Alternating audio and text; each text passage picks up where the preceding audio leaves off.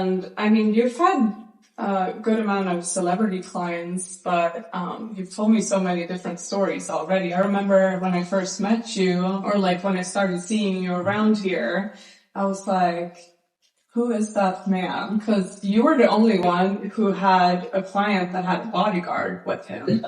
Yes. You remember? Yes. Yeah. So I was like, he must be up to something.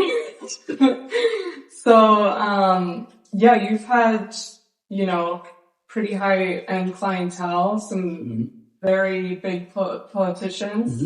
And I remember you telling me a story about you cutting a president candidate's hair. No. It was a fellow that a senator that was running for president. Oh, okay. And his name was John Edwards. Okay. I did his hair for a while, and then there was a little confusion, and the newspapers got hold of it, and they said, "Why is this senator flying this guy all over the place, and is the campaign paying for it?" Yeah. Actually, the campaign did not pay for it. He paid for it. Okay. But things got kind of mixed up, and the press got a hold of it, and all of a sudden, I'm getting all this publicity for the guy that charges $500 for a haircut. And anyway, it turned out where we both went our separate ways, and always wished him well. But I got actually quite a bit of publicity in every single magazine on page 6 in the New York Times, the cartoons of characters. But that's just one tiny bit of the people. There have been other politicians like the mayor of Los Angeles, Antonio Villaraigosa, who we both went to the same high school. Right. A good man. Let's see. And as the actors go, like in the 60s and 70s, all the television shows from Donny Osmond, Donny and Marie, Sonny and Cher. I did Sonny's hair. I did the Grateful Dead. They came into the shop, created a lot of chaos with all their bunch of hair. Andy Williams, James Garner up there, for Rockford Files, and Bob Barker, The Price is Right. Come on down. No, I've been very blessed. People like Robert Wagner was one of my first clients in 1963. And Jay was so generous that I worked in the same room, so the people would see me in that room, and they'd figure, well, if he's in the room with Jay Sebring, he must be that good. He took me to Las Vegas with him, introduced me to the Rat Pack. That's Sinatra, Sammy Davis, Peter Lawford, Dean Martin, Joy Bishop. I was just a kid and just soaking it all in, but I always protected my clients by not talking about them. Right. And that's one of the things you learn about keeping clients is their that intimacy that you have with them week after week, year after year.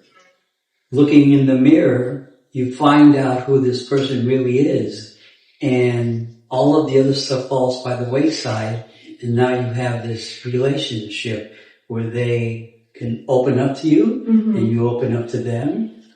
You sense when they want to speak, when they don't want to speak, so you pull back. Yeah.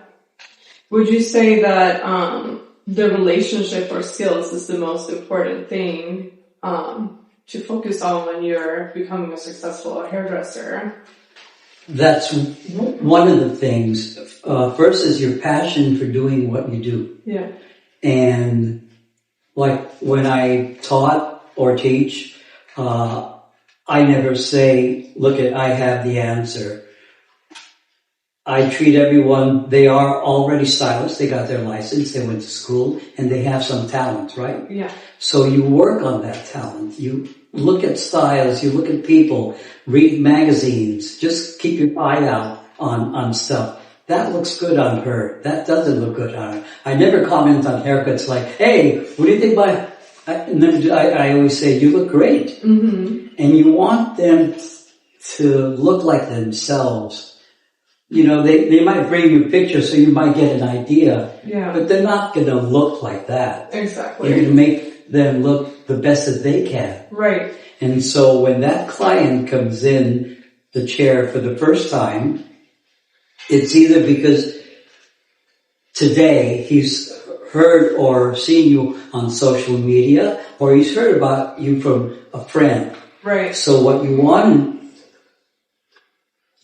to know as much as you can about them, either by the phone call. Oh, thank you for calling.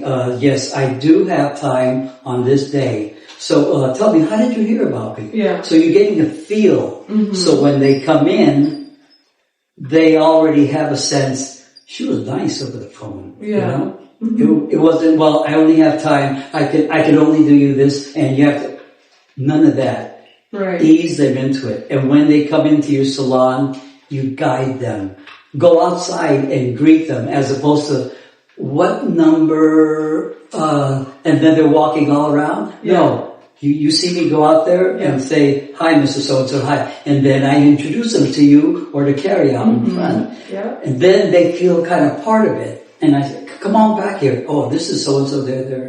Then they come in and I said, have a seat here. Mm-hmm. You're guiding them all along. Right. You turn them around and then you just start talking and you have your hands on their shoulder and you're feeling their head, their scalp, everything like that while you're talking to them. So how did you get to meet me? Well, so-and-so. Oh my gosh, I've known you for such a long time. All of a sudden they're feeling relaxed and you're brushing the hair I'm talking about men. You're brushing his hair to one side or the other and he's looking and listening. God, I've never had it to that side. But you're just doing it. And, with men, you can tell about how long ago they had a haircut by the growth on the neck. Oh. Quarter of an inch every 2 weeks, half an inch a month. Mm-hmm. But sometimes they say, well, I haven't had a haircut, but they've done it themselves. You can tell that. Right. Mm-hmm. The hair grows a quarter of an inch every 2 weeks, half an inch a month.